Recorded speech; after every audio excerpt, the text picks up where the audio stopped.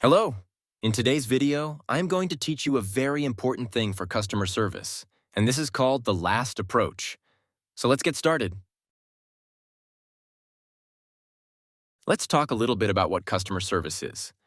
Customer service is when you are trying to make your customers as comfortable and happy as possible. You are also trying to meet their needs and expectations and solve any problems or situations they might have. Customer service is a huge category.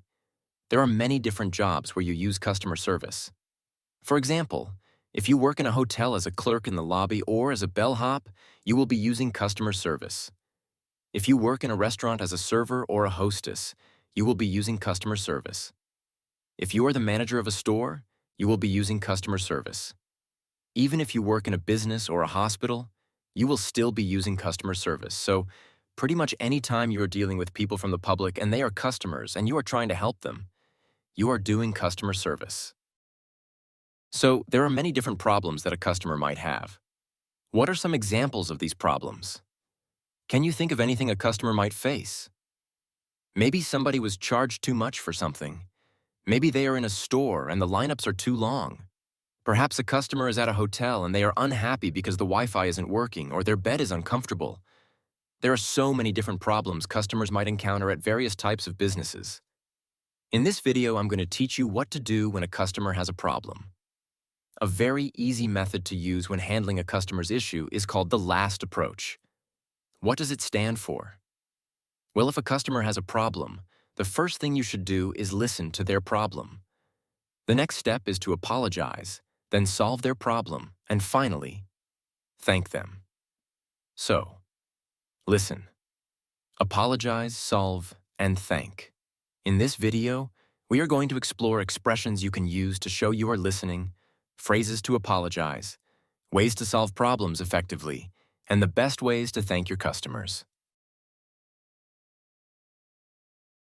The first step when a customer has a problem is to listen.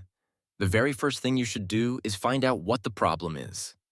You can ask them, "What seems to be the problem?" or "How can I help you?" Once they start explaining the problem, it's very important that you look like you're actually listening and that you do listen. You shouldn't look at your watch like, That's a bad idea. You shouldn't look at the sky as if you are thinking, when is this person going to stop talking? And you definitely shouldn't roll your eyes. No, no, no. You need to show that you genuinely care about what the customer is saying. Showing that you are listening is very important. You can repeat back to the customer what they are saying to show that you understand and to confirm that you have understood correctly. For example, "So what you are saying is, there's no hot water in this hotel. Let me get this right. What you are saying is that the Wi-Fi isn't working and you are not happy with that. What you are saying is there's a problem at your table." Or, "What you are saying is you have been waiting for your food for a really long time." It's important to show that you are listening and acknowledge what they have said. Now, sometimes in customer service, you will get a customer who's very angry.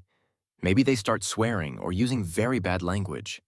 If this happens, it's very important that you don't get upset. If this happened to me, I would actually pretend to be a computer. I wouldn't take anything personally. I would just smile and pretend to be a computer. And that's how I got through dealing with angry customers. If the person is rude, it's not right if they are saying something offensive, swearing, or making you feel uncomfortable. Be polite. Smile or stay friendly, and say something like, "I really want to help you, but your language is getting in the way. I understand you are frustrated. Please calm down so I can help you." Emphasize the fact that you are there to help them. Sometimes this approach doesn't work. The person might keep yelling or swearing. In that case, you will need to get your manager. But before it gets to that point, it's always a good idea to try being nice to the customer and reminding them to calm down and use respectful language so you can assist them. Now let's move on to the next steps of the last approach. So, after you have listened to the customer's problem, the next thing you do is apologize. It doesn't matter if you didn't do anything wrong. Even if the customer is completely unreasonable and there isn't really a problem, you should still apologize. Now, there's a special way to apologize.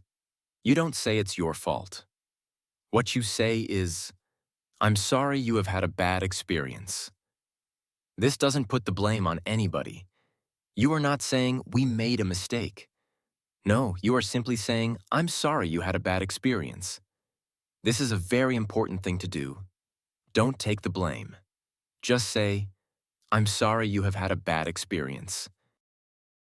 After that, solve the problem, fix the problem, make things right. So, how do you do that? Well, if you know what to do and it's an easy problem to solve, you can tell the customer what you are going to do. For example, here's what we are going to do to help you. If it's a Wi-Fi problem, here's what we are going to do to help you. I'm going to send IT over to your hotel room to help fix the Wi-Fi.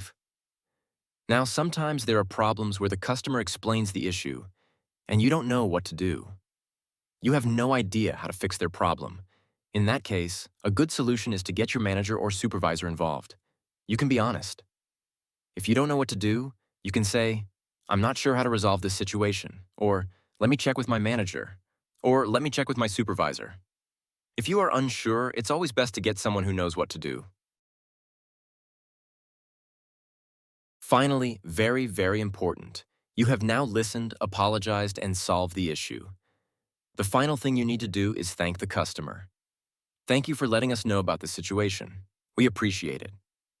Thank you for bringing this to our attention.